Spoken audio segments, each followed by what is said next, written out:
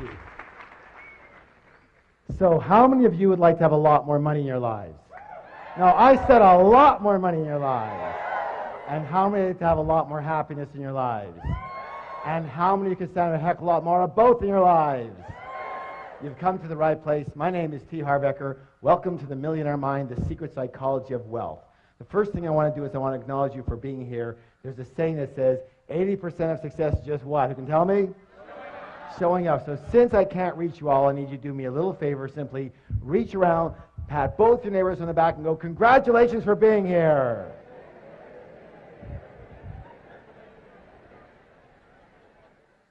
It takes a lot of courage to really have a look at your life sometimes and admit what's going on. And most of us, well, we're not the best admitters, are we? Kind of reminds you of this story about this lion who's walking along the path of the jungle. And he comes across a monkey. And he goes, hey, monkey, who's the king of the jungle? And the monkey goes, you are, sir, you are. He goes, that's right, and don't you ever forget it. Keeps walking along the path, and he comes across a snake. And he goes, hey, snake, who's the king of the jungle? The snake goes, you are, sir, you are. He goes, that's right, and don't you ever forget it. Keeps walking along the path, comes across a great big elephant. He goes, hey, elephant, who's the king of the jungle? The elephant just keeps walking. He goes, hey, elephant, who's the king of the jungle? The elephant just ignores him. The lion gets really mad, swipes the elephant on the butt, draws blood. The elephant gets angry, picks up the lion with his trunk, throws him around, fires him on the ground, stomps on his head, picks him up, throws him around, fires him on the ground, stomps on his head, picks him up, throws him against a tree, and the battered and bloody lion just lies there. Hey, you don't have to get mad just because you don't know the right answer. Hey, you might as well laugh now because it don't get any better, okay? Anytime I do any training, I have 2 rules. How many rules? 2. How many rules? 2. Thank you. The first rule is really important. It says this: don't believe a word I say. Now, in all sincerity, why would I suggest that? That's right. Whose experience can I come from? Thank you. Just my experience. It doesn't make it right. It doesn't make it wrong. It doesn't make it true. And it doesn't make it false. It just makes it my experience. All I can let you know, however, is that the information and principles you're about to learn here tonight totally transformed my life and has now transformed the lives of literally thousands and thousands and thousands of other people. Is it okay if I tell you just a little bit about myself? Thank you. I guess my claim to fame is that I owned at least a dozen different businesses before I hit the age of 30. Included in one of those businesses was opening one of the first retail fitness stores in all of North America. Now, the interesting thing about that company is that I started that business with $2,000 that I borrowed on my Visa card.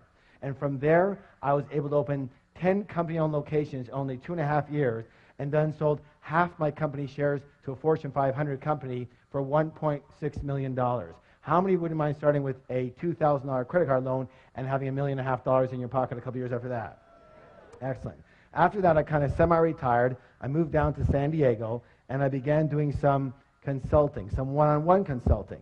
And I guess it was pretty effective for people because they started bringing friends and relatives and managers and partners, and pretty soon it was 1-on-2 and 1-on-5 and 1-on-10 and 1-on-20. And someone suggested, Harv, you might as well open up a school already. And I said, you know what? That is such a good idea. And I did. And I founded the Street Smart Business School and taught thousands of people all across North America street smart business strategies for high-speed success. What kind of success, please? Thank you. And it was during these seminars that I noticed something. I noticed something very, very, very, very, very, very strange. Would you like to know what it was? Well, maybe I'll tell you next time, but what it was simply this: that you can actually have 2 people sitting side by side in exactly the same room. And one person would take these principles and they would skyrocket to success. But what do you think would happen to the person maybe sitting right beside them? Not a heck of a lot. And I realized right there, you can actually have the greatest tools in the world, but if you have just a tiny leak in the toolbox, we have a little problem. So I began designing programs based on the inner game. What game? Thank you. The inner game of money and success. And when we blended and combined the inner game with the outer strategies, with the outer tools, virtually everybody's results went through the roof. Does that make sense, y'all? Yes. A good example of what I'm talking about with this inner game is, how many of you notice the phenomenon that when a millionaire loses their money, they generally have it back a very short time later? True? A good example of that is, have you heard of this fellow by the name of Donald Trump? Here's this multi-billionaire who loses everything and more, and 2 years later, he's got it all back again and more. Why does this phenomenon happen? It happens because even though these people might have lost their money, they never lost their most important ingredient to their success, which was their what? Their millionaire? In Donald's case, it's his what? His billionaire mind. Do you realize that Donald Trump could never, quote unquote, just be a millionaire? Let me ask you your opinion. Are you willing? How do you think that Donald Trump would feel if his net worth was $1 million? Yeah, he'd feel poor. He'd feel broke, right? Now, listen, this is the most important thing you could ever learn. That's because Donald Trump's financial thermostat, his what? Is set for, everybody pick your finger up right here. Fingers up. Make a B with me. Billions, not millions. Most people's financial thermostat is set for, fingers up, thousands, not millions. Some people's financial thermostat is set for, fingers up, hundreds, not even thousands. And some people's financial thermostat is set for, thumbs up, below zero. They're freezing. They don't know why. Which brings us to the psychology of wealth. It's very important to realize that we live in a world of duality. A world of what? Thank you. Help me out here. In and out. Give me some examples. Black and white, hot and cold, back and forth, left and right, up and down. Excellent. Excellent. Take right and left. Is it possible to have a left side without a right side? Left of what? You see, they're a comparison. So just as there are outer laws to money, therefore there must be what? Excellent. You know, the fact is that most people do not reach their full potential. Most people are not successful. 80% of individuals will never become financially free in the way they would like to be financially free. And 80% of individuals will never claim to be truly, truly happy. And there's a reason. Would you like to know the reason? The reason is very simple. That most people are a little on the unconscious side. They live only on a very superficial level of life, only based in the visible world, only based in what they can see.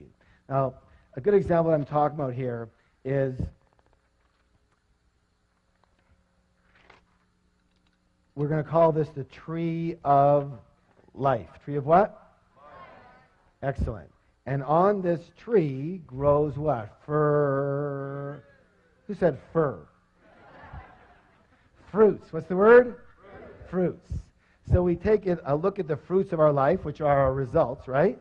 And we don't like them. They're too small. They don't taste good. There's not enough of them, right? Well, what do we tend to do? Don't we tend to focus more and more of our energy and focus on those fruits, on those results? Yes? Except for one thing that we forgot. What is it that created those particular fruits? It's what? It's those roots that create those fruits. It's what's under the ground that creates what's above the ground. It's what's invisible that creates what's visible. True or true? Is that sometimes or all the time? Let me ask you a question. Is this the way it is in nature or not? Yes. Are you a part of nature? Yes. Then it may be the case that it might be the same with us, yes? Yes. All right, very good. So, the most important thing that I think people need to realize that they just don't seem to get taught anywhere is that we don't live in only one realm alone. We live in at least 4 different worlds at once. We live in the mental world. What world? The mental world. We live in the emotional world. What world? We live in the spiritual world. What world? And absolutely we live in the physical material world. And what most people never get is that your physical material world, your results, what actually happens to you is nothing more than a printout of the other 3 areas. These are the fruits, but these are the roots that cause those fruits. This is your result, but these are your causes. Does that make sense? Yes? This is what's above the ground, but this is what's below the ground. This is what's visible, but this is what's invisible that causes what's visible. So, it boils down to this, that money in the real world, the real stuff, money, the physical reality, is nothing more than a result. It's a what? Result. Money is a result. Wealth is a result. Health is a result. Illness is a result. Your weight is a... We live in a world of cause and Let me ask you a question. How many of you ever heard anybody allude to the fact that a lack of money was a little bit of a problem? Anybody ever hear that? Let me say this right now. A lack of money is never, ever, ever, ever, ever a problem. It's never a problem. A lack of money is merely a symptom. What's the word? Of what's going on underneath. Lack of money is just the result. What is the root cause? Meaning that the only way to permanently, what's the word, please? Permanently change your outer world is to first change your what? You know what? We're going to give that some energy by doing a declaration together. Who can tell me what a declaration is? A statement that we make what? Out loud. Thank you. And, you know, why does that work? And let me just put it this. I'm not going to get into the whole situation around it, but everything is one thing. Everything is energy. What is it? Energy. What is it? Energy. Everything is energy. And all energy travels in what? Frequencies and So when we make a statement out loud, we are sending a vibration, A, into the universe, and B, if we put our hand on our heart, on our chest, we feel the vibration of that specific statement throughout the cells of our body. Yes or yes? You know, I know for a lot of you, you're thinking, oh my God, is this ever hokey? But the way I figure is this. I'd rather be really hokey and really rich than really cool and really broke. How about you? All right, please stand up. Let's have some fun. Let's have some fun with it. Good job. Now, here's what I want you to do. Put your hand on your chest, on your heart. Sir, your chest, not her chest. Come on, let's go. And simply repeat after me.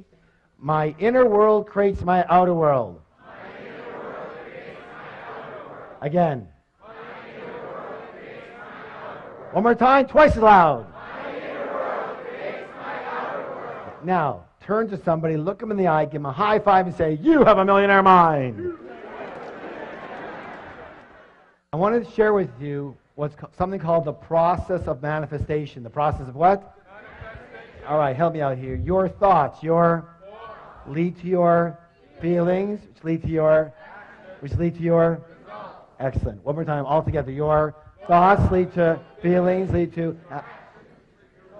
I'm very well known for making the following statement, and the statement is even on the very back of the book that we've been talking about. And it says this. It says, give me 5 minutes with anyone, and I can predict your financial future for the rest of your life. How? Very simply. In a short conversation, I can identify what's called your money blueprint. Money what? Blueprint. Thank you. Each of us has a personal money blueprint already ingrained in our subconscious mind. And my friends, it is this blueprint, more than anything and everything else all combined, that will determine your financial life. You can know everything about business. You can know everything about marketing, about negotiations. You can be the best salesperson. You can be the best at your job. You can know everything about finances. You can know everything about stocks. You can know everything and every strategy about real estate. But if your money blueprint isn't preset for a high level of success, you will never, and I repeat, never amass a large amount of money. And if by chance you do, you will either quickly or slowly lose it. It's very simple. It boils down to that. And the good news is you can actually change your blueprint. Good? So let's talk about the blueprint so you understand it. How is your blueprint formed? The blueprint is formed specifically based on the information. The what? Thank you. The information or programming you received in the past, especially as a young child. Who are some of the primary sources of this information? Parents. Good. Who else? Teachers. Yes, religious leaders. Good. Good. Friends, grandparents. Good. Yes, media. Very good. Culture. Let's take culture. That's a good one. Isn't it true that certain cultures have a certain way of thinking and dealing with money? Yes. And other cultures have a completely different way of thinking and dealing with money? Yes. And let me ask you a question. Does the child come out of the womb doing it that way, or were they taught how to do money that way? Thank you. Put your hand on your chest. Repeat after me. I was taught how to do money. Thank you. And so was I. We were all taught how to do money. And unfortunately, most of us were taught by people who either didn't have a lot of it or who had a lot of emotional issues around it. True or true? So how are we taught? How are we conditioned? 3 primary ways. How many? 3. You guys are doing great. 3. And the first way is called verbal programming. What kind of programming, please? Thank you. That's all about what did you hear when you were young? The second one's called modeling. What's it called? Modeling. That's all about what did you see when you were young? And the third one's called specific incidents. Specific what? That's all about what did you experience around money, wealth, and rich people when you were young. Now, let's talk a little bit about verbal programming. Let me hear some of the phrases that you heard about money, wealth, success, rich people when you were young. What are some of the ones that you heard? Yes, money doesn't grow on. Yeah, what? It takes money to. What else? Money doesn't make you happy. Good. Money's the root of all. Okay. We can't. Yeah. There's never a. Rich people are greedy, criminals, crooks. Wonderful. That's perfect. That's perfect. Yeah. You can't take it with you, right? Spoken like a true spender. All right. Do you want to hear my father's favorite? Anytime I asked him for anything, he'd growl at me and go, "Hey, what am I, made of money?" I used to joke around with him. I go, "I wish. I'll take an arm, a leg. I'll take a baby finger, Dad." He never laughed once. Never once. Let me say this. All, what's the word? All. Each and every statement you heard when you were young, every one of those is lodged in your subconscious mind and part of the blueprint that is running your financial life. Let's talk about the next one, modeling. Here's an interesting one. What were your parents or guardians like in the arena of money when you were growing up? Did one or both of them manage money well, or did they mismanage money? Were they spenders or were they savers? Were they shrewd investors or were they non-investors?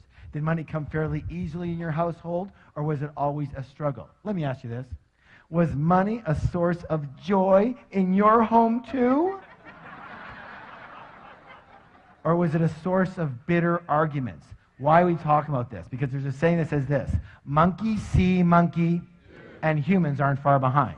So generally, we will tend to be exactly like, identical to one or a combination of both of our parents in the arena of money. Unless we're exactly the opposite. Why would someone be the opposite? That's right. It just depends on how angry you were at them or at the situation. You said, "I will never live like this again." Got it?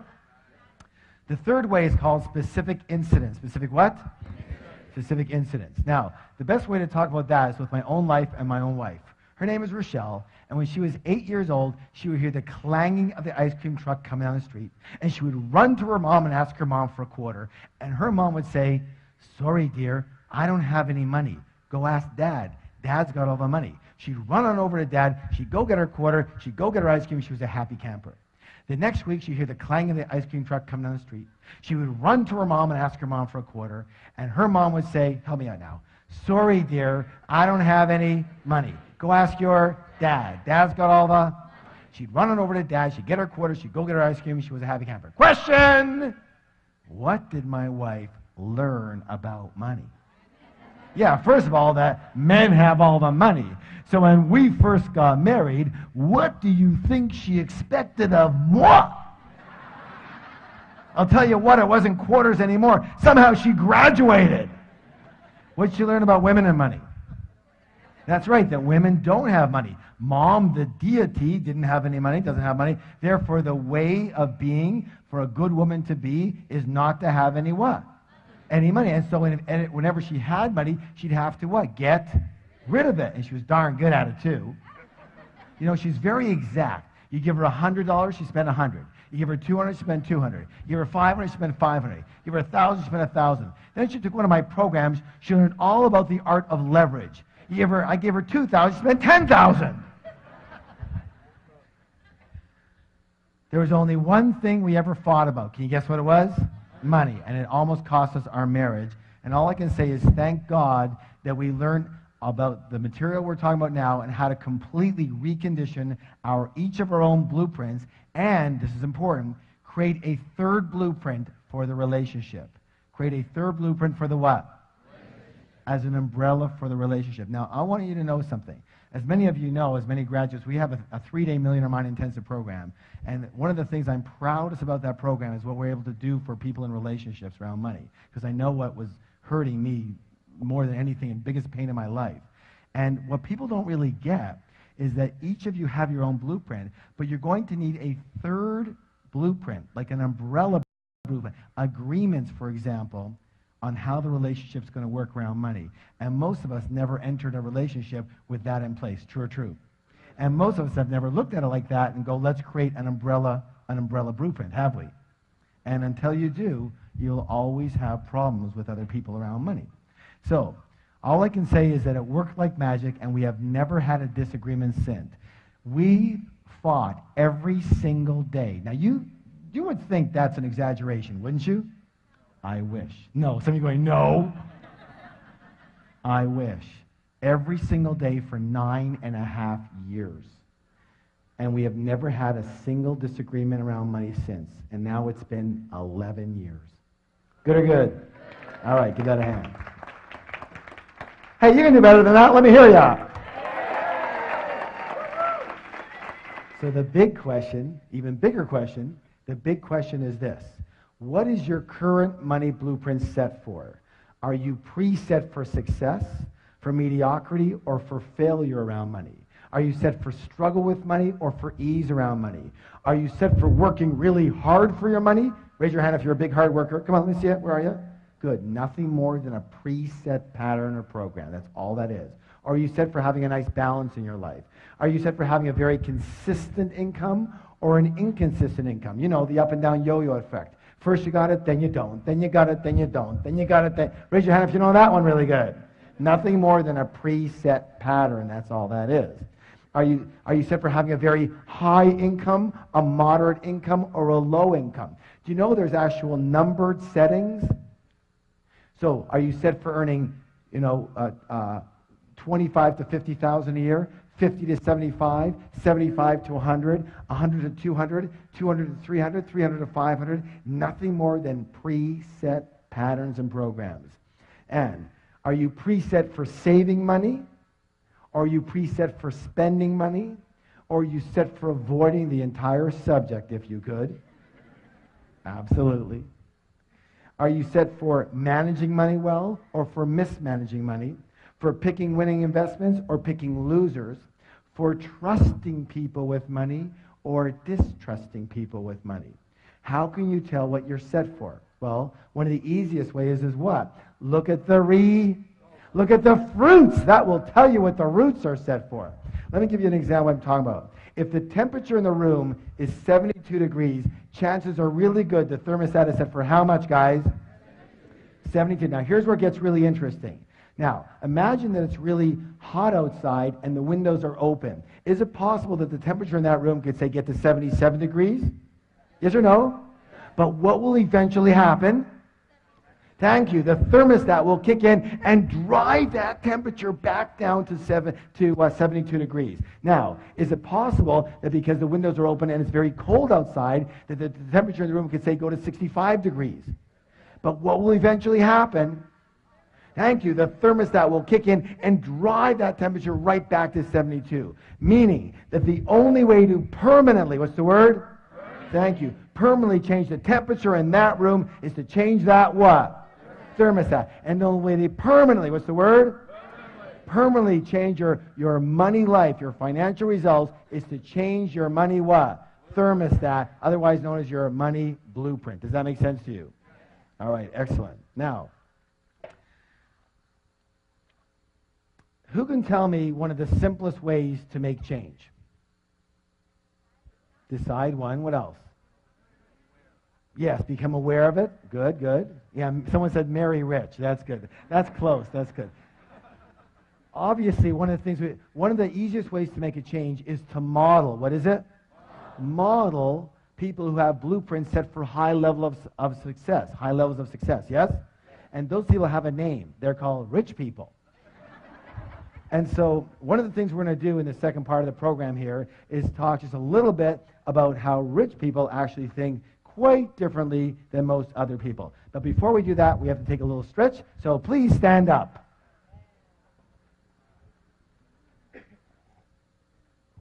All right. Raising your arms nice and high. I want to hear a big, big groan. Let me hear you. Oh, good job. And this way. Oh, louder. And the other way. Oh, and backwards. Oh, and forward. Oh. Give somebody a double high five and say, you're awesome.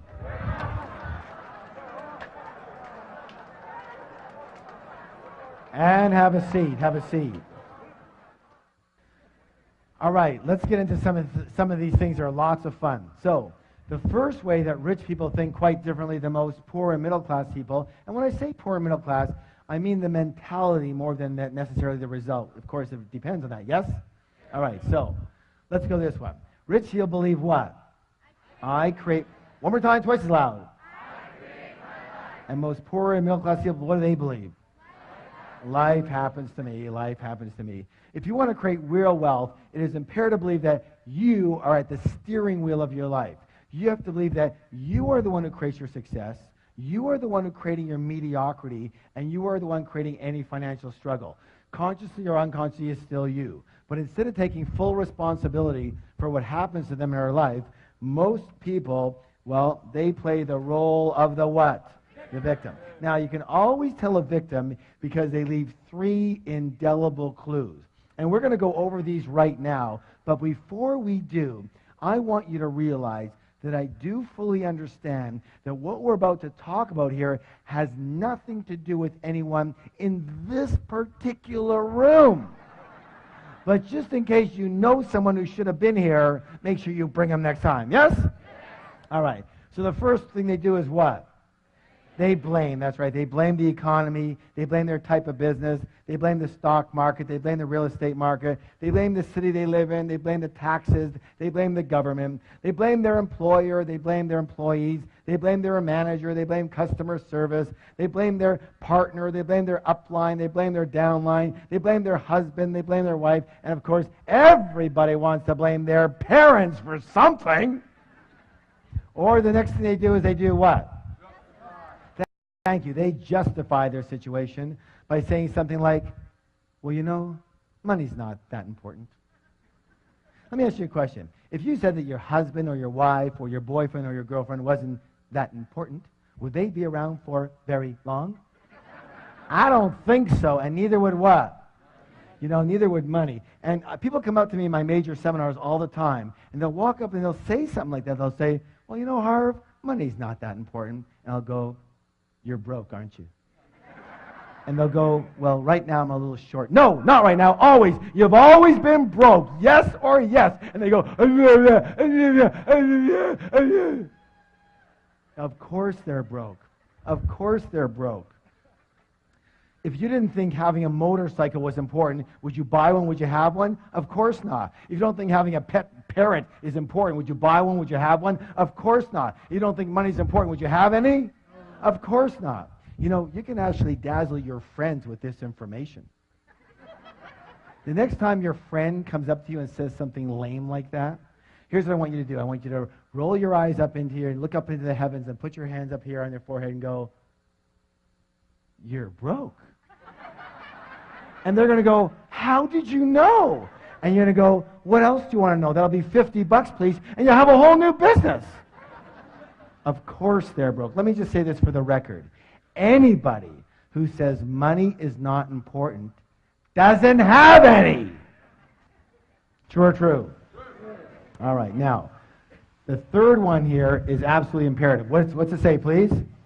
Complain. Let me say this right now. Complaining is the absolute worst possible thing you could do for your health or your wealth. The worst. Why? Well, one of our other programs is called the Wizard Training. What kind of training? And that's all about how do you manifest what you want with elegance and joy versus a lot of struggle. And the way to do that is using universal principles. And so you can be in alignment with the laws of nature instead of fighting against them. Does that make sense? All right. And one of those principles I'm sure you heard of, and it says this. I want you to repeat it. It says, what I focus on expands. Let me hear you. What I focus on expands. One more time. What I focus on expands. Tell somebody else, please. Excellent. Now, here it is. Let me ask you a question. When you are complaining, what are you focusing on? What's right with your life or what's wrong with your life? And since what you focus on expands, what are you now going to get more of? What's right with your life or what's wrong with your life? Absolutely, you're going to get more of what's wrong with your life. When you are complaining, you are actually attracting crap into your life. When you are complaining, you turn into this big, giant crap magnet. And have you ever heard that complainers, I mean, you know, they usually say the same thing, say, well, of course I complain. Look how crappy my life is. And now you know better, so you can say, no, it's because you complain that your life is so crappy. Shut up and don't stand near me. So I'm going to give you some homework. Are you willing? An action plan. Now, here's what I want you to do. For 7 days, how long? No complaining. Not out here and not in here. And when you can do that for 7 days, I promise miracles will occur for you. And it's got to be a whole 7 days. Why? Because you still might have some, residual crap coming to you from before, right? Because crap doesn't travel at the speed of light, It travels at the speed of crap, and it's really slow. So it has to be a whole 7 days. Are you willing? All right, good job. Now, here's the thing you have to understand. Here's the secret. Are you ready for the secret? No, you're not ready. Are you ready for the secret? All right. Lean forward. Hands on your ears. Let's see them. Okay, here we go. Ready? There's no such thing as a really rich victim.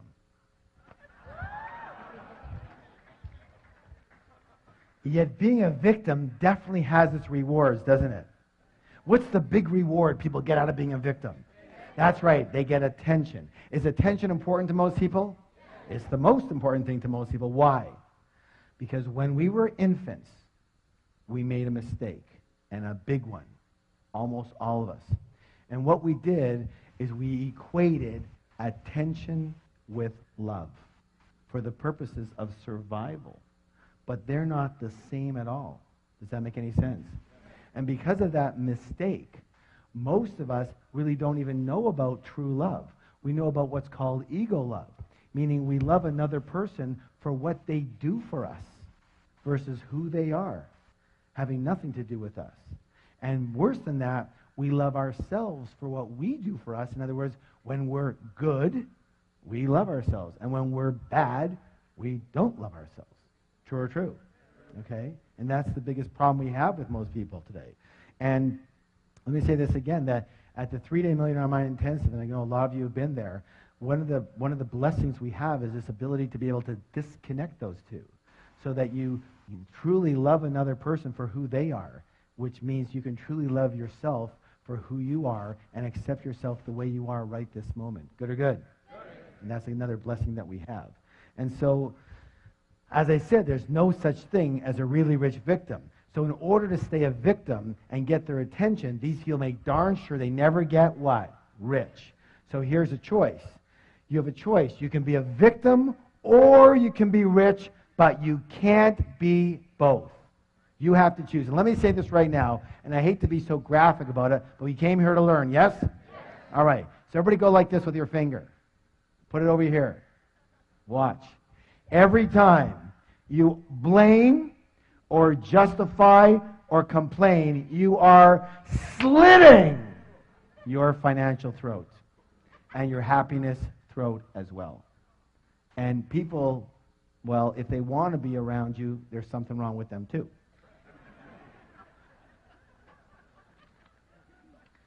So it's time to acknowledge the fact that you create everything that's in your life, you create everything that's not in your life, and everything in between. You create your wealth, you create your non-wealth, you created your exact financial situation that you're in right now. Now that's a good thing to know, isn't it? Because if you create it, you can discreate it. And you can create something else. Yes? All right, please stand up for the declaration. Put your hand on your heart. I create the exact level of my financial success. I create the exact level of my financial success. Again. I create the exact level of my financial success. One more time, twice as loud. I create the exact level of my financial success. Turn to somebody, look them in the eye, give them a high five, and say, you have a millionaire mind.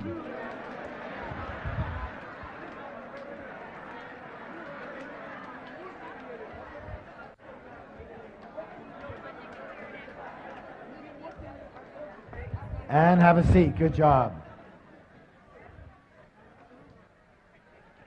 All right, here's another one. This is very important. Now, what do we do when something's very important that's coming up? We do a drum roll. Ready? Let's hear it. Let me hear it.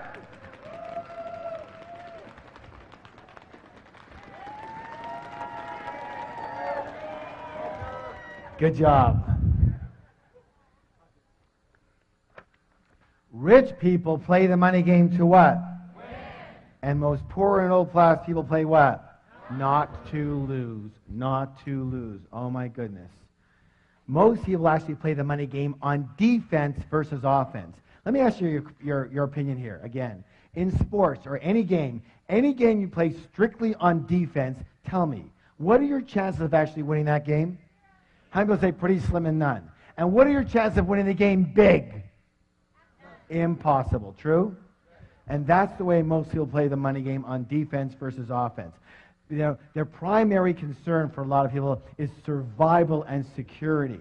You know, so what is your goal? What's your objective? What's your true intention? For a lot of people, their primary intention is to have enough to pay the bills. I just want enough to pay the bills. On time would be a miracle. Or I just want to get by. Or I just want to earn a decent living. And due to the power of intention, that's exactly what you're going to get, and not a dime more. Some people know this quite well, yes? Or you have middle-class people, and middle-class people, what's their big intention? They just want to be what? Comfortable. You know, it's so important to them, we're going to write it 2 times. So, there's comfortable, and then there's this word. What's this word? And we all know comfortable leads to rich, yes? Yes? Yeah, and that's not my experience. Let me say this right now, just for the record, in my experience. Comfortable and rich are planets apart. Planets apart. What you need to do and who you have to be comfortable is a whole different world than who you have to be and what you have to do to get rich.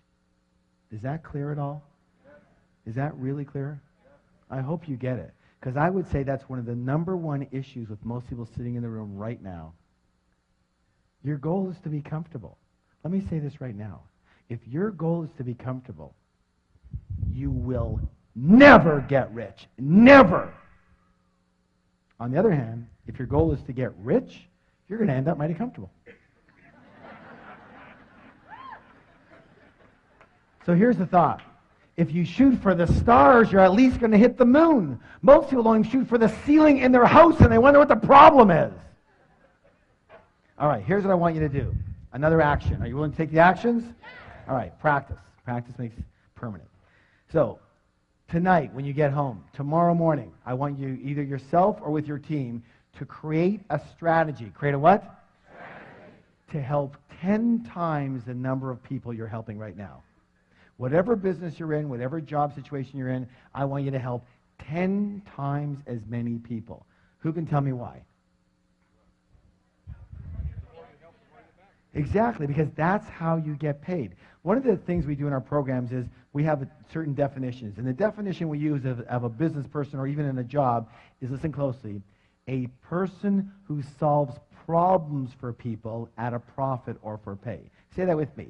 A person who solves problems for people for profit or for pay. Good or good? So what's your job? This is what? Solve problems. And you get paid accordingly. Meaning that if you go out there to make money, what do?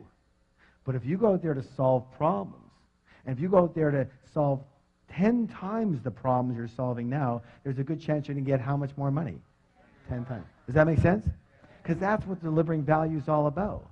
It's about solving. Let me put it this way. If you're not solving a problem, I guarantee you're not getting paid. People say, "Oh, Harv, how do I make more money?" Wrong question. The better question is, how do I help more people? How do I help 10 times the people? And that's going to take a little strategy. And for a lot of you, it's going to take a little more leverage, a little more systemizing, a little more being based on results versus time. Does that make any sense? Yes or yes?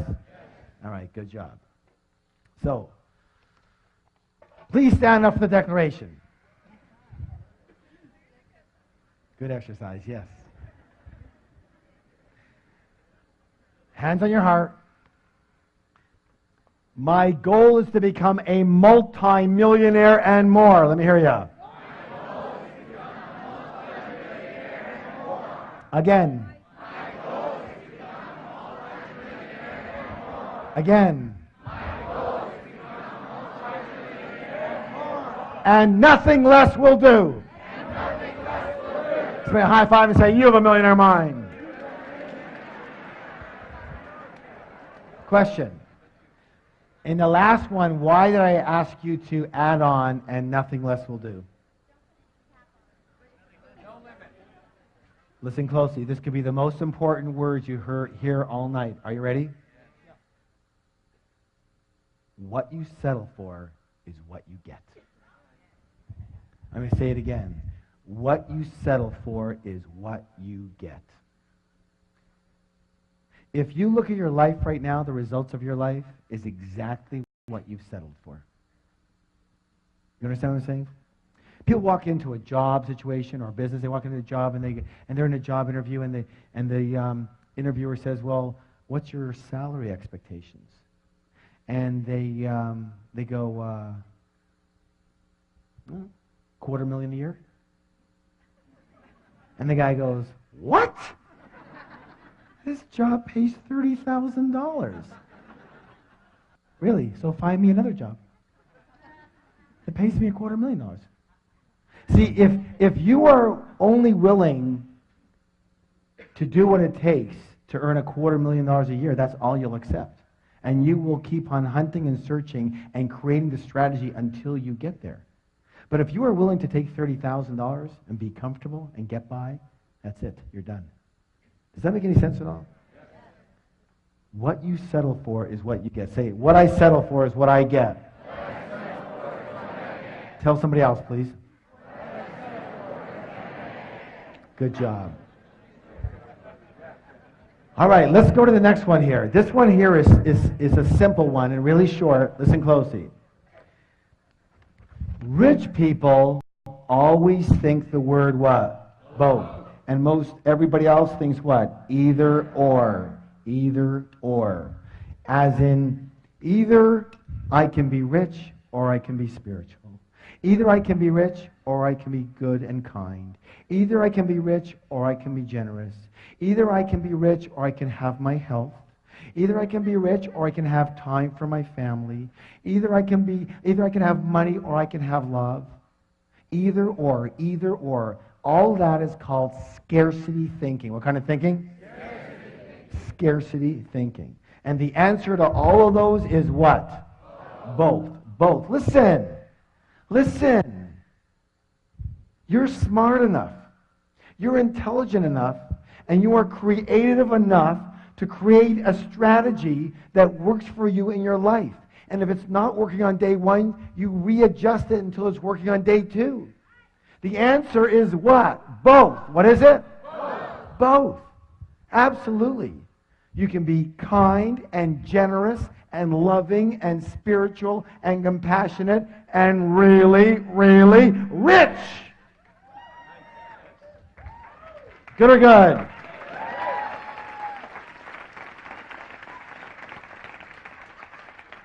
Let me ask you a question. How many of you ever heard the saying, you can't have your cake and eat it too?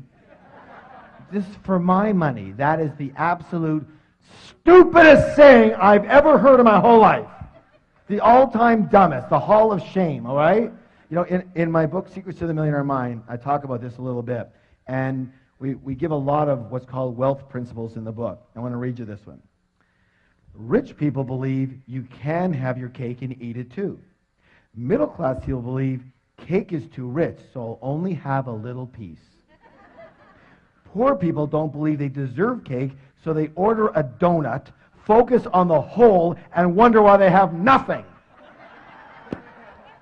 Stand up for the declaration, please.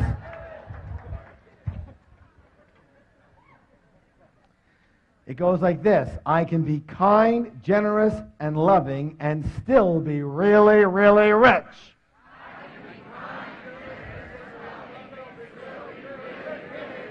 Again, I can be kind, generous, and loving and still be really, really rich. One more time. I can be kind, generous, and loving and still be really, really rich. Just my high five and say, you have a billionaire mind.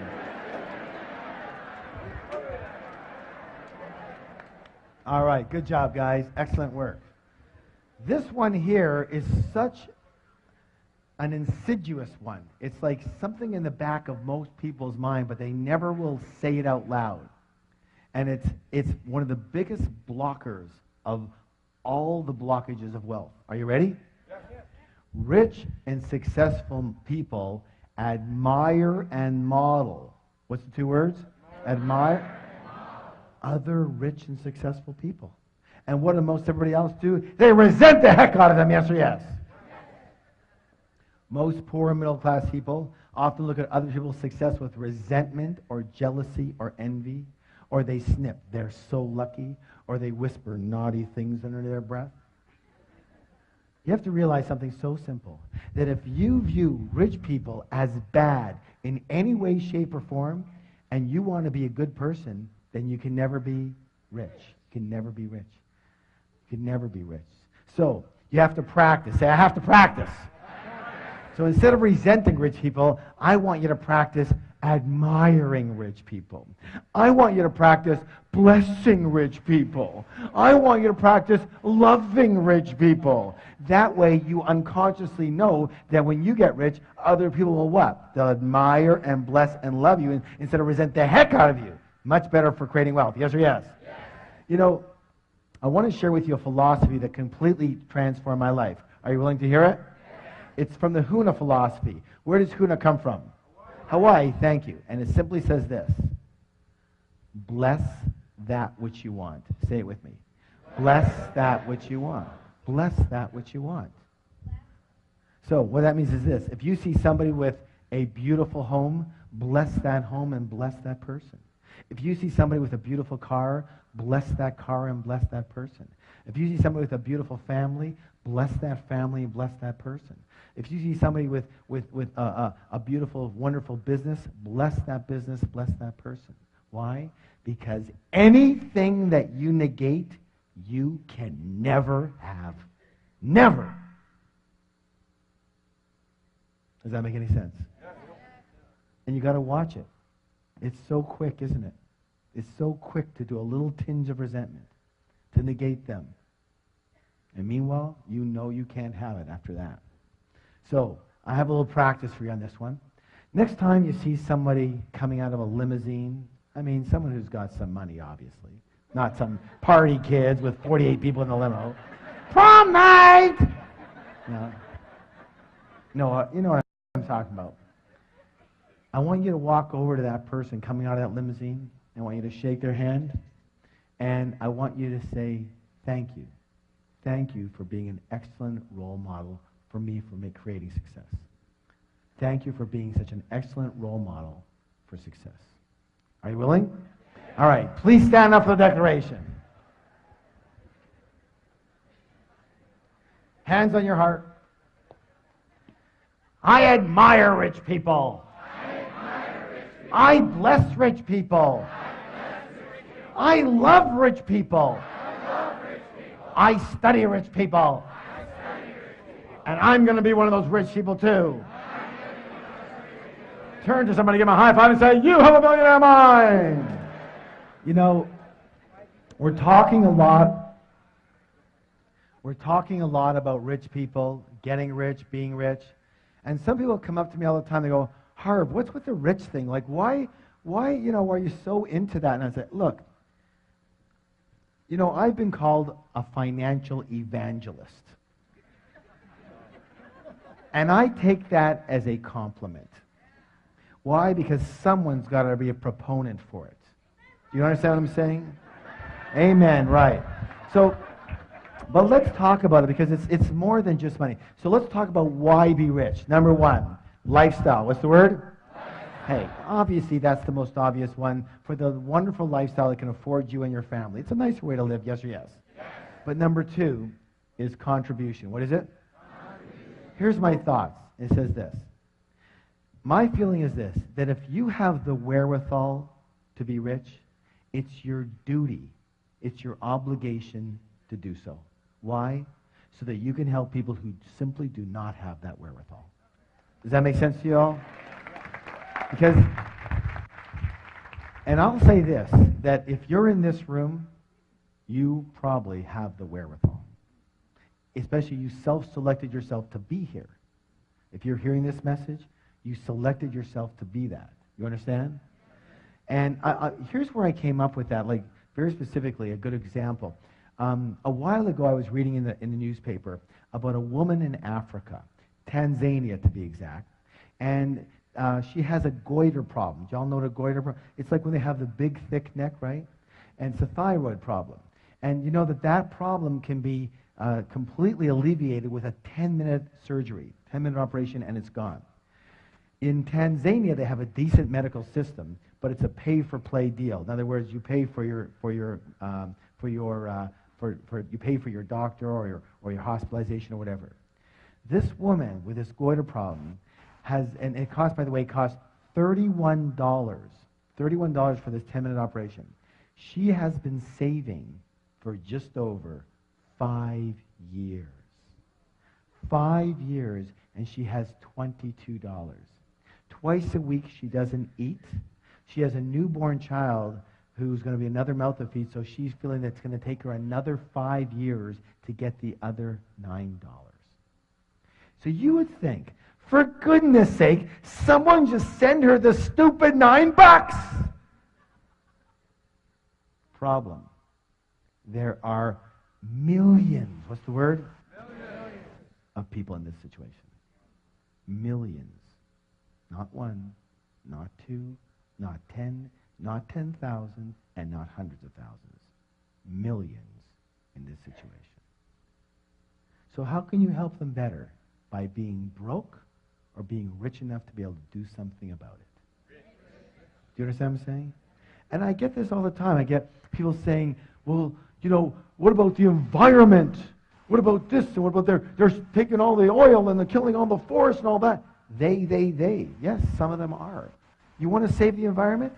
Get rich, buy a few million acres and save it.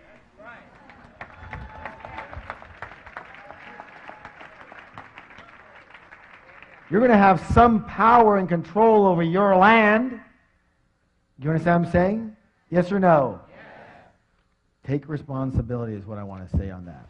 Okay, this one over here, one more here. This is critical.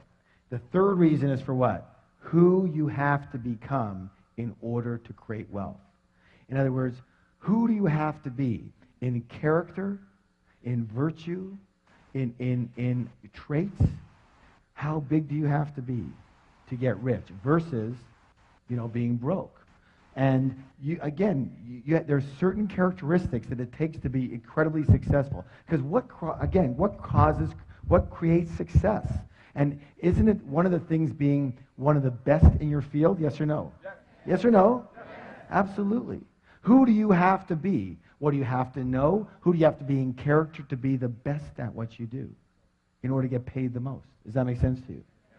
So who do you have to become? It's a learning process. And that brings us to the next way that rich people actually think quite differently and are quite different than most other. Rich people are what? Bigger than their problems. What is it? Bigger than their problems. And most other people are what? Smaller than their problems. Smaller. And the secret, guys, I want you to hear something right now. If you will just understand and take action on this one right here, I promise you, mano a mano, heart to heart, your life will just skyrocket.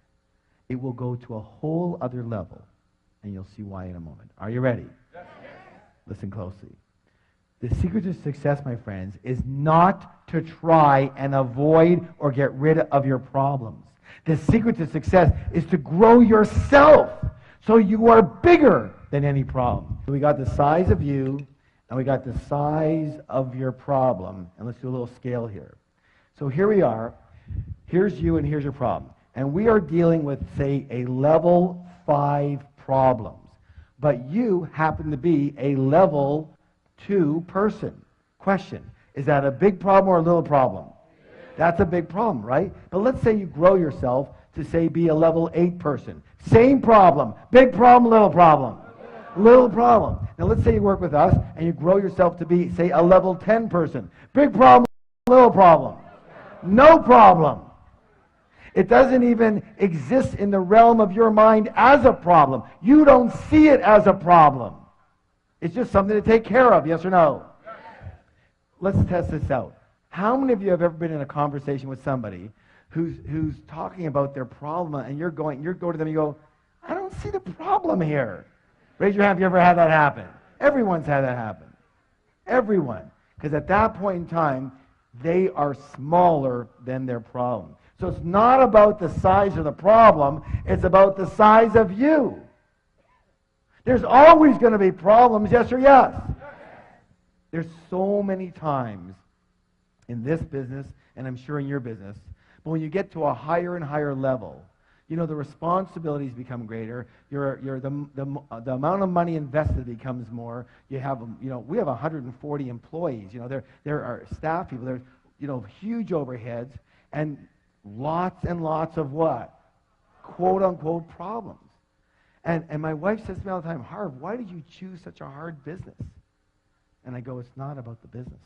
It's about me.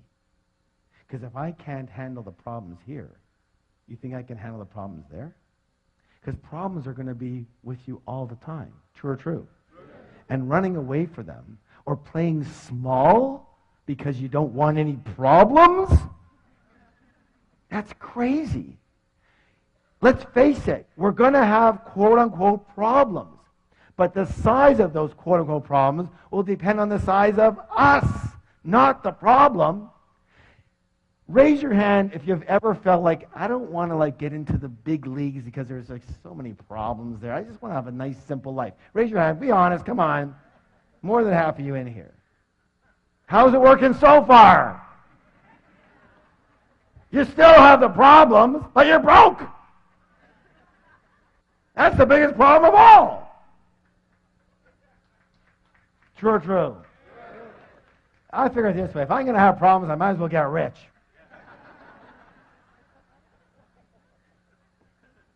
All right. So I'm going to give you a little anchor. Who knows what an anchor is? An anchor is what? A trigger so you can remember something. So here's what I want you to do. From now on, every time you look at something you perceive as a major problem in your life, here's what I want you to do. Are you ready? I want you to do this. Mini me, mini me, mini me, mini me. So you can remind yourself that if that's a big problem, you must be very small right now. And you better put your attention where it belongs. What? On the problem or on you? On you. That's right. On you. And you don't give up, and you don't get taken out, and you don't bail out, and you don't say, well, this is too hard. I want to do something different. How many have ever said something like that? How many say something like that almost every day? It's not the size of the problem. Have you heard the saying, fortunately or unfortunately, you take yourself with you wherever you go? That's what my answer is to my wife. How could you choose such a hard business? It's not the business, it's moi. True or true? If it's hard, it's because I made it hard. If it's easy, because I make it easy. If it's successful, it's because I made it successful. If it's unsuccessful, it's because I made it unsuccessful. True or true? Doesn't just happen to us. So, the fact is that your wealth can only grow to the extent that you do. So the goal is to grow yourself so you can handle any problems that get in your way of creating wealth, and just as importantly, keeping your wealth once you've got it. And who knew that would be an issue? You know what? This is only reserved for certain people in this room. People who have or have had a lot of money and know that it's one complete world to make it. And it's a whole other world to keep it. True or true? That is a whole other world. And again, it's not about the it. It's about you. It's about you.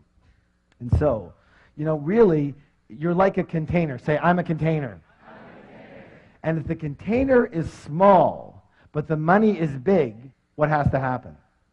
That's right, the money goes. The money goes. Do y'all understand that? Let me say this again. If you, the container, is small, but somehow the money is big, what has to happen?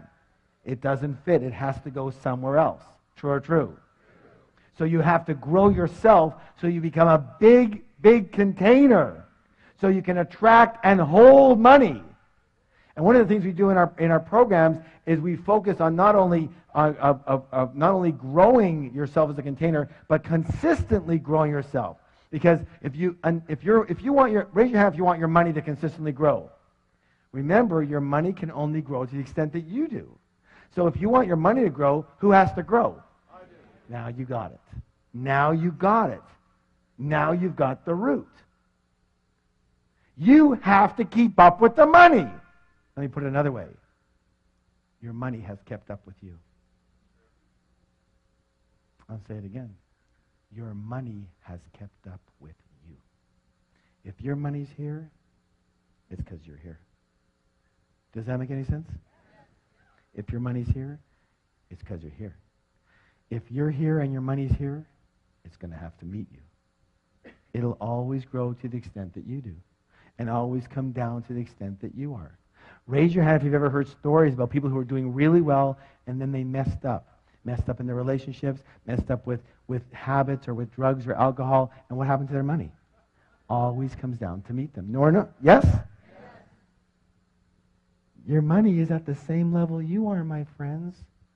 And that's not a derogatory thing. That's to make sure you start to focus your attention where you need to. Personally, I always looked outside of myself. Once I do this marketing thing, and once I understand this real estate, and once I do this, and once I... But it wasn't about any of those things. It was about the size of me. Was I able to attract and hold and grow the money? True or true? I hope you get it. Now, so, like I said, you must grow yourself to be a big container so you can attract and hold big wealth. And here's the beautiful thing about it. If you are a big container, if you are a big person, and your intention is to have wealth, a lot of money, but right now you don't have it, guess what has to happen? What has to happen? The money has to come. Why? Because it's a universal principle. And the universal principle says that the universe abhors a vacuum and will rush in to fill any space that's created for it. And if you're a big container, but you only have a little money right now, the money has to come if that's your intention. True or true? It reminds you. Good. That's good news, isn't it? You keep working on you. You're on the right track. You're on the right track here. My favorite plant is the Chinese bamboo plant, along with that line. Why? Because this is a very interesting plant in that you plant the seeds and you look after the first year, there's nothing there. And you look in the second year, and there's nothing there. And you look in the third year, and there's nothing there. You say, forget it. Somehow the seeds didn't take hold. I've got no tree here. In the fourth year, there's nothing there. But in the fifth year, all of a sudden you see a little sprout. And then listen to this. In 6 weeks, how long? 6 weeks. That plant can grow to 90 feet.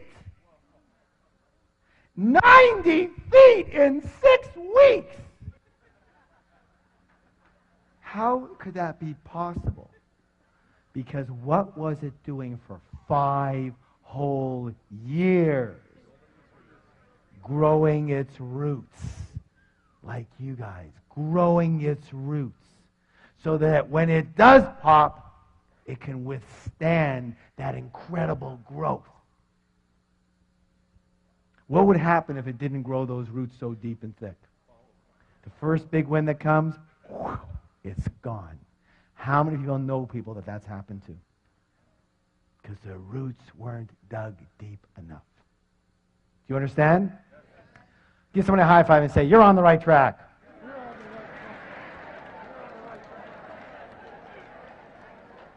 That's why it's so imperative that you keep learning and growing. Learning and what? Growing. Because listen closely. This is very important. Because if you're not growing, you're automatically what? Dying. I'm going to say it again. If you're not growing, you're what? Dying.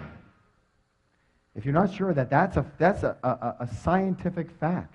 I'm not a scientist, but ask any scientist and any person who's involved in physics. Raise your hand if you have a plant or flower at home. If your plant's not growing, what's it doing?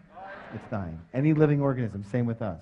And that's why I have a message for all you guys and all you gals who are a little, say, semi-retired or retired or a little older and going, there's nothing left to do. Just kind of play around, and that's okay. But guess what? You're going down. You're going down. If you're not growing, you're what? Dying. That's why being comfortable sucks. That's why it sucks. Because you can't stay comfortable. You can't stay stagnant. You're either going up or down. It's a dynamic universe. Yes or yes? Yes. So forget comfortable. You keep on growing. Well, I don't want to kill myself. What does that mean? I don't want to kill myself. What do you think? To grow, you have to kill yourself? No, being comfortable and stagnant, that kills you. It's not these either-or stuff. These words I don't want to kill myself. I'm never going to have time for anything. Well, why don't you create time for things you want to do and create time for business and create time for your family?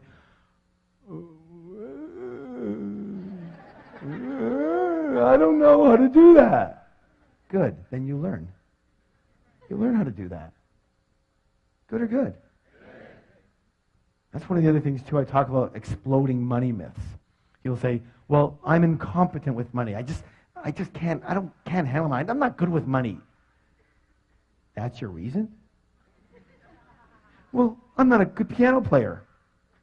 But if I wanted to play piano, I'd what? Learn. Hello. We don't come out of the womb doing money. Most of us got taught. But what about taking the responsibility and accountability and going out there and learning it? Learning the field you need to learn. Learning the investments you need to learn. Learning how to do money. When people are at my seminar and they go, I'm incompetent with money. I'm just not good at it. And that's their reason? It's crazy. Learn how to do it.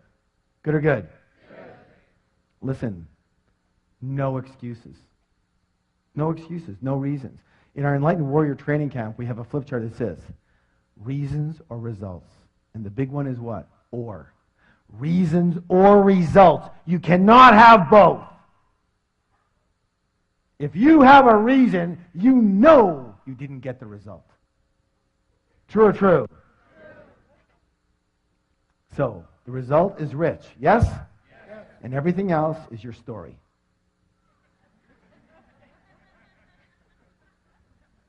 It's just not the right time now. Thanks for sharing. That's great. You're broke. All right. Please stand up for the declaration. Hands on your heart. I am bigger than any problem. I can handle any problem. Nothing will stop me from creating wealth. Turn to somebody, give them a high five and say, you have a millionaire mind. All right, this one is really, really important. Recall the process of manifestation. Say it with me. Your thoughts lead to your feelings, lead to actions, lead to result. Which one is the highlighted one? Action. How many people agree to succeed in the real world, you have to take what? Action. Let's see if that's true. Why is that? Thoughts and feelings, are they part of the inner world or part of the outer world? Inner world, thank you. Results, part of the inner world or part of the outer world? Outer world. And therefore, action becomes the what? The bridge between the inner world and the outer world. Do you understand? So, you can think all you want about wealth and success. You can meditate. Listen, I've meditated for 25 years. But I've never been meditating there and had a bag of money drop on my head. I'm one of these unfortunate souls that actually has to do something in the real world to get any of the stuff. A lot of people are very kind and generous and wonderful, well-intentioned people. They just don't do anything. Or they don't do anything at a high enough level or take enough massive action to get anything done. They just talk about it, they think about it, they meditate it, but nothing actually happens in the physical world. And if you want physical money, you'll need to transfer into the physical realm from the mental, emotional, spiritual sides. And the way to transfer from those three invisible to the visible, from under the ground to above the ground, into the physical realm is through the process of action. True or true? That's why action is absolutely critical. Now, if that's true, what prevents us from taking the action we know we need to be taking? Fear. Thank you. How many people agree that fear and doubt and worry are among our greatest obstacles, not only to success, but to happiness as well? Excellent. And therefore, one of the biggest differences between rich people and most other people is that rich people are willing to do this. What's it say? One of the other programs we teach is called the Enlightened Warrior Training. And it says that the true warrior can tame the cobra of fear. What's the key word? Tame. It doesn't say kill the cobra. It doesn't say get rid of the cobra. It doesn't say run away from the cobra. It says what? Tame the cobra of fear. Let me say this right now. My friends, listen closely. Listen closely. Are you listening? Yes. It is not necessary to try and get rid of fear in order to succeed. Rich and successful people have fear. Rich and successful people have doubts. Rich and successful people have worries. They just don't let those feelings stop them and take them out. Unsuccessful people have exactly the same feelings, but they let those feelings stop them, paralyze them into thinking, oh my God, what will happen? And they're done. True or true? True. A lot of people believe that rich people don't have fear. That's ridiculous. Ridiculous. So, how many people agree we're creatures of habit? Yes? And therefore the secret is to practice. What's the word? Practice acting in spite of fear. Practice acting in spite of doubt. Practice acting in spite of worry. Practice acting in spite of inconvenience. Inconvenience. If your life is about convenience, you'll never be rich. Let me say this right now. It's not always convenient to do what it takes to get rich. And practice acting in spite of discomfort. It's the same thing, as I said earlier. I'm going to challenge you right now, as I do with all of my students. Are you willing? Are you willing? Yes. I want you to find uncomfortable situations and move into them. I want you to look for uncomfortable situations and get involved in them. And when something becomes uncomfortable for you, that's when you go into it. You understand that? Why? Because, let me ask you a question. We talked about it earlier. When you're comfortable, you're in what zone? You're in your what? Your comfort zone. And in your comfort zone, are you growing or dying? You're going down. So you've got to get uncomfortable. Until you're uncomfortable, you're not growing. Are you willing? So the only time you're growing is when you're uncomfortable. Say, the only time I'm growing is when I'm uncomfortable. Pat someone in the back and go, you're growing, man, you're growing. You can always tell rich people, you can always tell middle class people, you can almost always tell broke people by the actions they're willing to take and not take. How much comfort or convenience runs their life. You know, one of the things we talk about is that at the end of our programs, usually we talk about the 3-day Millionaire Mind Intensive. And very often someone will stand up and say something like, they'll say, well, you know, it's not being held in the city that we're in right now, and I'd have to take a flight and fly for 4 hours and, you know, get a hotel and you know, this and that, and it's just so inconvenient. And I have 2 words. You're broke. You're broke. You have to be broke. If a 4-hour drive or a 4-hour flight or a 4-day flight is going to stop you from doing whatever it takes you have to do to succeed, then what else will stop you? Here's the easy answer. Anything. Anything will stop you. Why? Because you are a person that will be stopped. Now, you choose. Either you are a person that will be stopped, or you are a person that will not be stopped. One or the other. And here's the thing. You have to train yourself to not be stopped. It's a practice. You have to train yourself to not be stopped. Because it's easy to be stopped. And most of us were unstoppable at one point, and then day 2 of our lives happened. And we got taught. We got what? To stop. For our safety. Supposedly. But we generalized it to everything. True or true? Look, you can throw my philosophy right out, but here's my philosophy. If it isn't going to kill you physically, do it.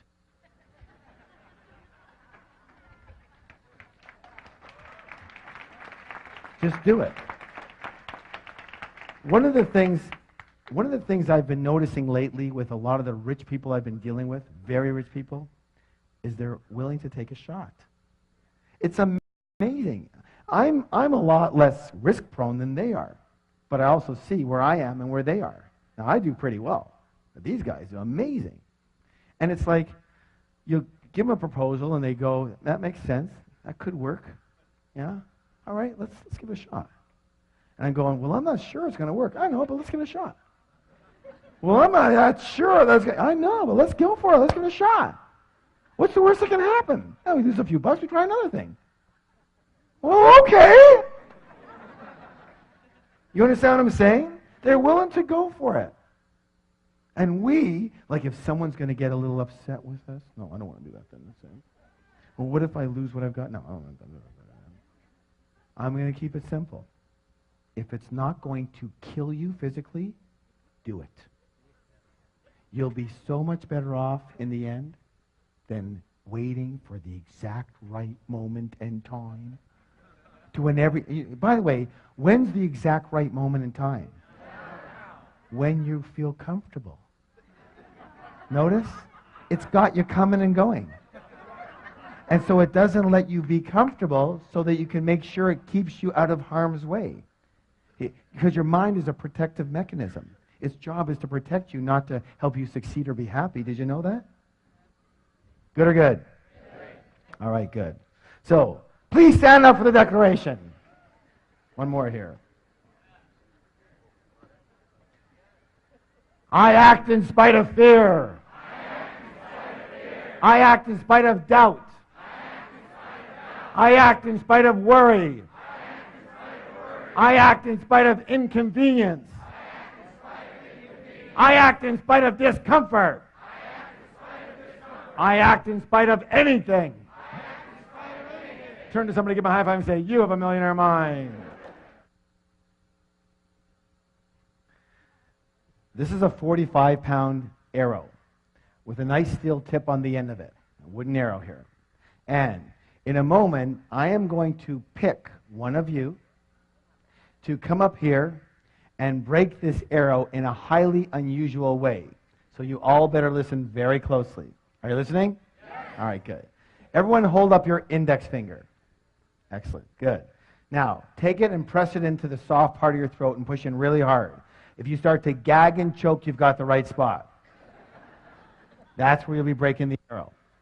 Now, the arrow break is a metaphor. What is it? It's a metaphor, symbolizing breaking through an obstacle that's happening in your life. So let me show you what this is going to look like. Michelle, if you can come up here, that'd be awesome. What this is going to look like.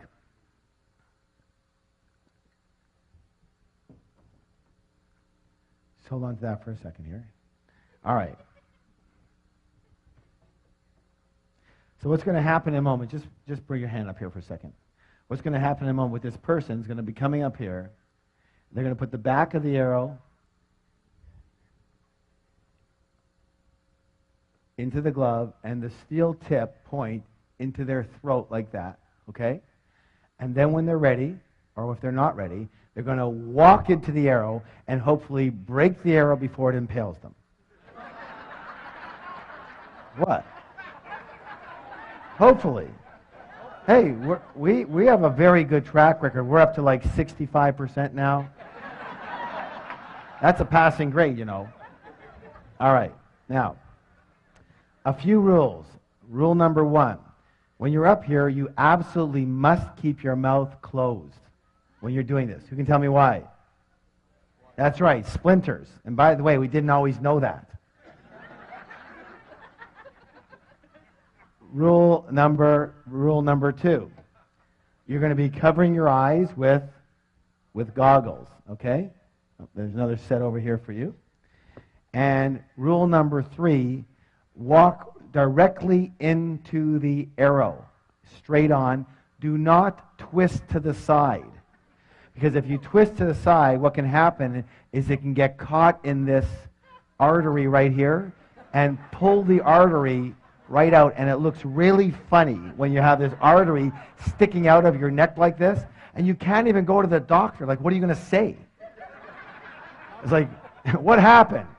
You don't want to know, okay? So you're not going to believe it. All right. So here's how this is going to work. I'm going to show you how this works. And here's the deal. The fourth rule is massive support. What kind of support? Massive. What kind of support? Massive. That means we're all on one team, yes? Yes. So when this person breaks this, I want everybody to give him a massive standing ovation, right? Yes. All right, good. Now, that's when the person comes here. Let's talk a little bit about, let me show you how this is going to work, all right? So I'll do a little demonstration for you. So here's the deal. If I break the arrow, if I break the arrow tonight, I want massive round of applause. Yes? Yes? If the arrow happens to break through me tonight, I want someone to pick up the phone, turn it on, and call 911. Yes? Yes? All right. Are you ready? All right. These things are sharper than they used to be. No wonder I don't do this anymore.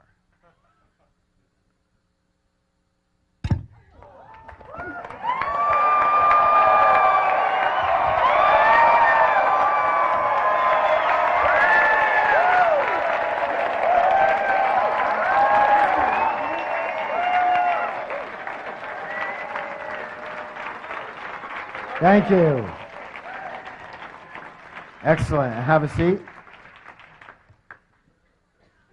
Oh my gosh, look what I found. A steel arrow.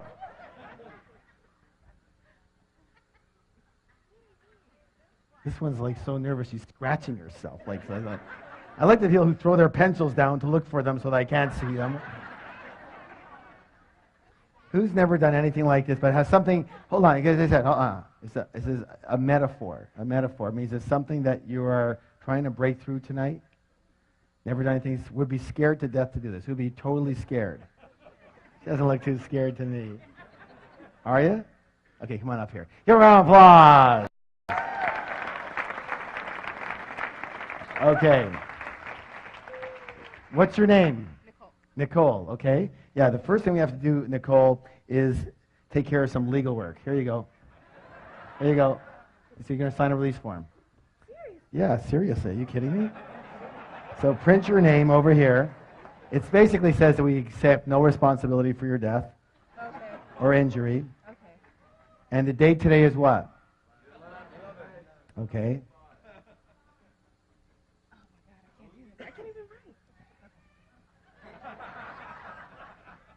You had a nice neck. And just sign your name over here. And are you here with somebody? Yes. Okay, so your mom is here, okay. And she let you come up here? She doesn't know? Yeah. Put your phone number there. And again, unfortunately now, because of some recent situations, you have to put an emergency contact here.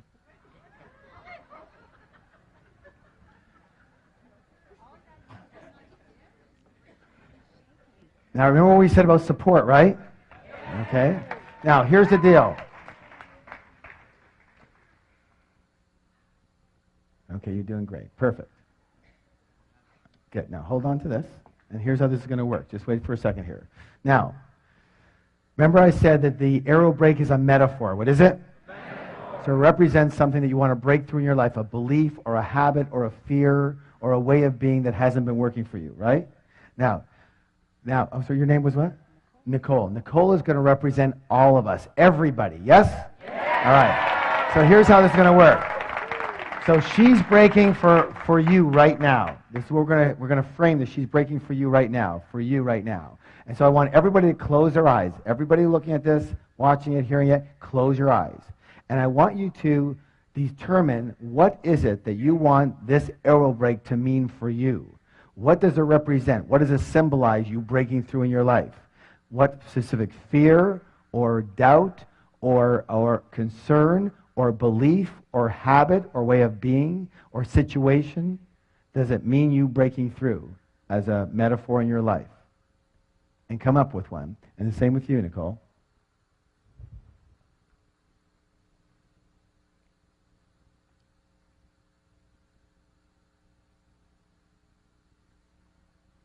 Okay.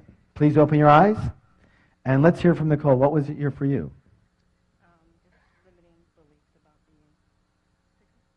So limited, be as specific as possible. What is it specifically? Basically that men have the money and women don't. Excellent. That's so what she said. Can I share it? Yeah. That men have the money and women don't. And that's a belief that a lot of people carry, yes? Yeah. Men carry that too. That's why they handle money in certain ways. True or true? And many, many women grew up with that belief, yes? It's very hard to break that belief, but we're going to break it right now. So here's the belief that men have the money and women don't. Got it? Now, unfortunately, we're going to have to turn this around this way. All right, put that on your eyes. And don't go until I tell you to. Michelle's going to be holding for you. All right. And so what I'd like you to do is, Nicole, stand over here. That's it. Move over this way. Come towards her a bit this way. Okay, good. Now, come on closer over here. Okay, now don't go until I ask you to. And now put 1 foot forward, 1 foot back a bit. That's it. You're going to be walking straight in when I tell you to go. And keep your shoulders square, okay? Now don't go yet. How does that feel? How does it feel? Is it comfortable or uncomfortable? Uncomfortable. Very uncomfortable. Good. You ain't felt nothing yet. Wait till that thing goes in. Okay, hold on.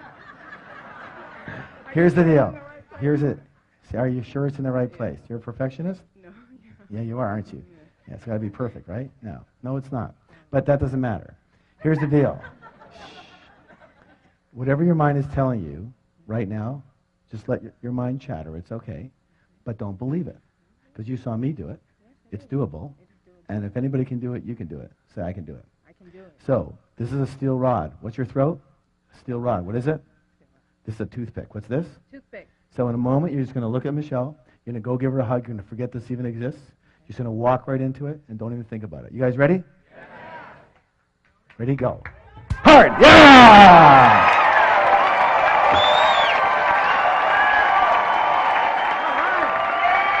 Yeah, girl. Hold those up. Hold those up. Hold it up.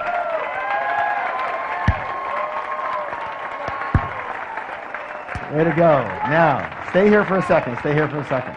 Okay, that.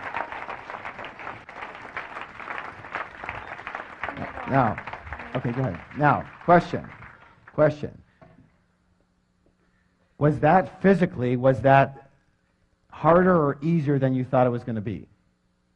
Yeah, the actual act was easier than what she thought it was going to be. Yes? All right. Give her a round of applause. Thank you so much.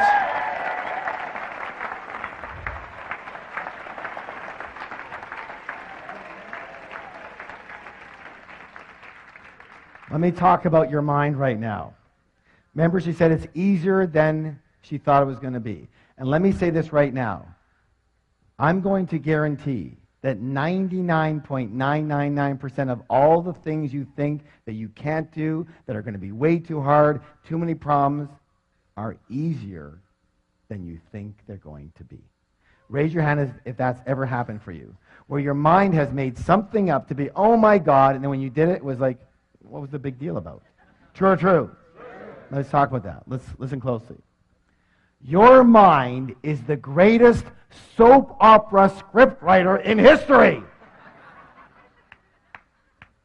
It makes up incredible stories, usually based in dramas and disasters, of things that never happened and things that never will. Mark Twain said it best. He said, I've had thousands and thousands of problems in my life, most of which never actually happened. It's very important. One of the most important things you can ever understand, is that you are not your mind. Say, I'm not my mind. You are much bigger and greater than just your mind. Your mind is a part of you, like your hand is a part of you. Your hand isn't you, but it's a part of you. You wouldn't introduce yourself as your hand, would you? Hi, I'm my hand. What if you had a hand that was much like your mind? It was scattered all over the place. It was constantly beating you up. And it never shut up. Yada, yada, yada, yada, yada, yada, yada. In the car, yada, yada, yada, yada. In the shower, yada, yada, yada, yada, yada, yada. What would you do if you had a hand like that? Cut it off. No. It's a very powerful thing. What would you do with it? That's right. You learn to want to control it. You learn to train it. You learn to manage it. True or true? And that's the critical piece. Training and managing your own mind is the most important skill a human being could ever own. Do you understand this? I'm saying it again. Training and managing your own mind, that voice that you so believe, is the most important skill you could possibly own. For with that skill, you truly will be successful. And you truly can be happy. Do you understand this? Because I'm going to say this right now, and a lot of them are going to shoot me for it. But there's only one thing that can stop you. The voice. Not yourself. The voice. The voice. That you've bought into that that's who you are. That voice is not you. It's simply a part of you. That it's the protective mechanism part of you. Its job is to protect you. It's like the sentry on a ship. It's not there to be the social coordinator, the success coordinator, the happiness coordinator. That's not its job. Your mind is a survival mechanism, and its primary purpose is to protect you, which means to keep you where you are. It's like an over-worried mother. It's doing its job way too well, but we buy into it. What would your life be like if you had an over-worried mother constantly ragging on you? No, no, no, no, no. What would your life be like? You would be so contracted and small, you'd never do anything. True or true? True. Yet to an extent, we're all like that. We're listening. We're buying the voice of protection when there's no need to do it. That voice is not who you are. You are much bigger than that. When Nicole came up here, she was shaking. She couldn't even, that's what what was her mind telling her? Oh, what did I get myself into? Why did I do this? You're so stupid, Nicole. Why do you? Well, maybe she didn't say quite that, but something like that. And then she's doing it, and we're pushing it, and she goes, oh my God, like this is way harder than I thought. And her mind's going, blah, blah, blah, blah, blah, blah. And then she goes, boop, no problem. And isn't that the way it is? Yes or yes? So, let me say this right now. In my book, Secrets of the Millionaire Mind, the final wealth file, number 17, says this.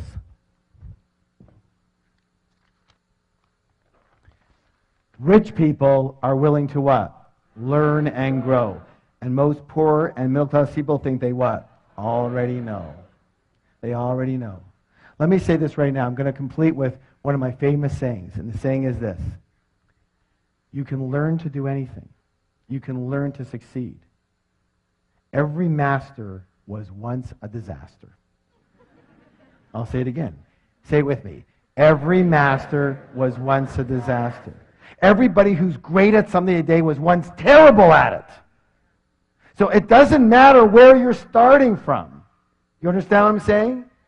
Everybody starts somewhere. Some start here, Some start here, some start over there. Everyone's got some type of ailments, handicaps, problems. Even if you don't have a problem, your mind will tell you you do. I had a woman the other day come up to me and say, I don't know what it is. It's just, I get to a certain level and there's always a situation that comes up. Something always happens and it screws me up. What is it? I said, if you look in the mirror, you'll find it. It is so easy to determine people's obstacles because there's only one of them right there. The voice in your head that stops you, tells you no, gives you doubt, and suffocates your life. And my blessing and my promise to you is if you challenge that voice and stop believing everything it tells you and just go for it anyways, in spite of fear, in spite of it chattering, you will soar to a level you have never experienced before in your life. So how many of you realize that your mind is a very powerful force? It can work for you or it can work what? Against you. The rule is really simple. If you are earning less than $50,000 a year and you want to earn $100,000 or more, you're going to have to change your money blueprint. Money what? Blueprint. If you're earning $100,000, you want to earn $200,000, you have to change your money what? Blueprint. If you want to go from $200,000 to $500,000, you have to change your money what? Blueprint. If you're earning good money but you're not managing it well, you have to change your money what? Blueprint. If your income is inconsistent, you have to change your money what? Blueprint. Excellent, good.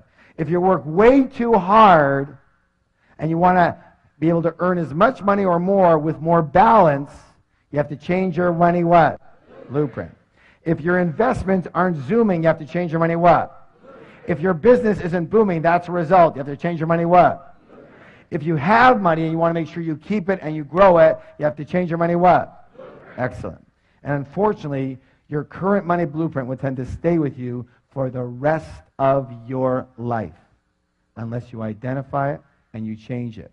And that's exactly what we do in an extraordinary 3-day program called the Millionaire Mind Intensive. It's changed the lives of thousands and thousands and thousands of people all over the world. And if it's okay with you, I'd like to tell you just a little bit about it and give you 2 critical principles. Fair enough? All right, listen closely. The first part is called winning the money game. What's it called? There are proven strategies for creating fast financial freedom, and you have to know them. Millionaire Mind Intensive, you're going to learn exactly how rich people play the money game so you can do what? Model exactly what they do. Let me ask you a question. If you had a parent, let's say a father, for example, that when you grew up, your parents were extremely rich.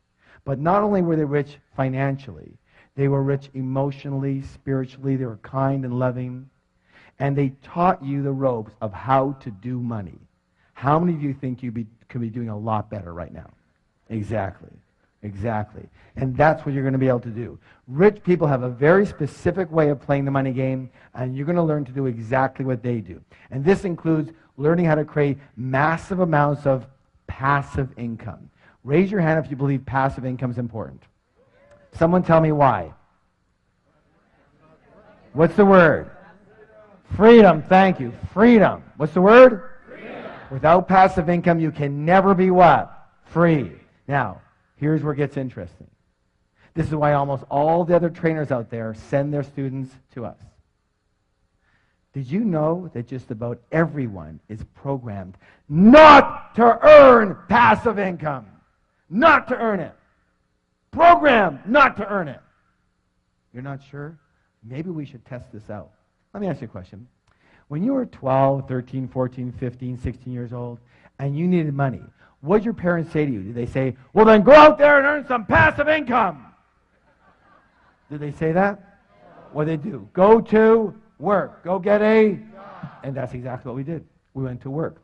And we learned. What's the word? We learned that we work for money. We learned to have money, you must what? Raise your hand if you were taught that.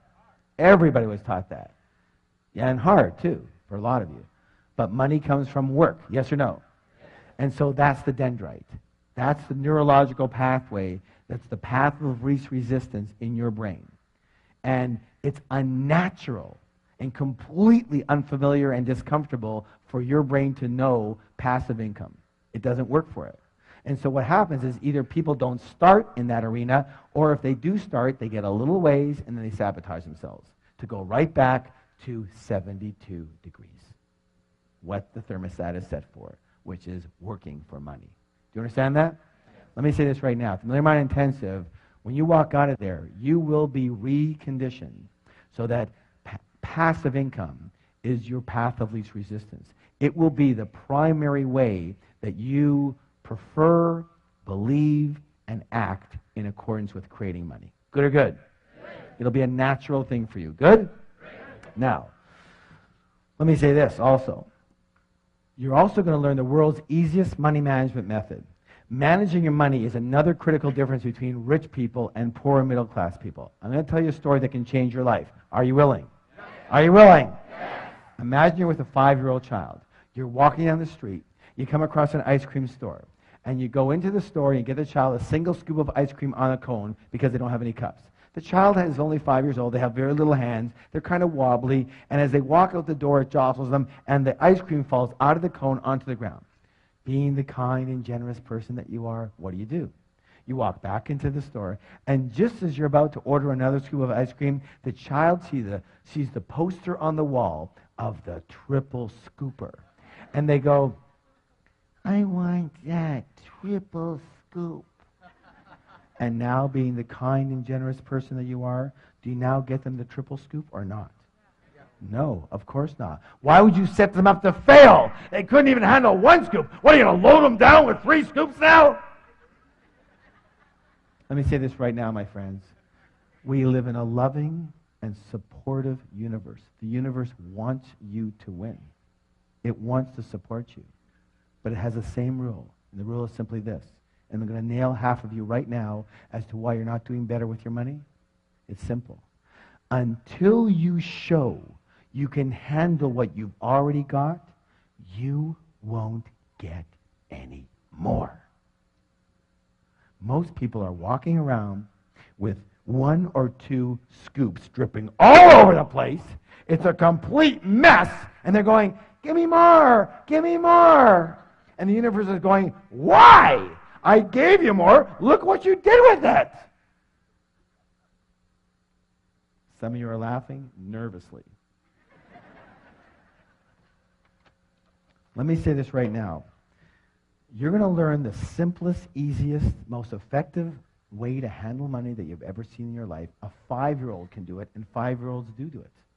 And when you start handling your money like this, when you simply show whatever you believe in, whatever universal power, whatever yourself, your inner self, whatever you want to show, when you simply show that you can handle what you've already got, even if it's just $1, you watch. And I don't use this word lightly, but you watch as miracles occur for you. Things you could have never dreamed of, things you could have never planned of. They just start happening for you. Why? Simple. When the child can hold a single scoop, you are very willing to get him another scoop. True or true? True or true? How many of you got a big hit out of that one right there? Okay? You need to start handling your money in a very easy and effective way. Now, in short, you're going to learn a step-by-step method for winning the money game so that you never have to work again unless you choose to. Raise your hand if you'd like to have that choice. Raise your hand if you'd like to have the choice a lot sooner than later. Then we'll see you there. Now, part 2 is the inner game, conditioning yourself for natural and automatic success. And in this section, listen to this, we actually identify your current money blueprint. And using several extremely high-impact processes, we actually change your blueprint right on the spot, right there, right on site, right on the premises, right that weekend. We don't teach you how to change your blueprint and send you home to change it. Why? Because you won't. Why? Because we're creatures of what? Habit. Now, here's the thing. Did you know that there's 2 kinds of habits? How many? 2. How many? 2.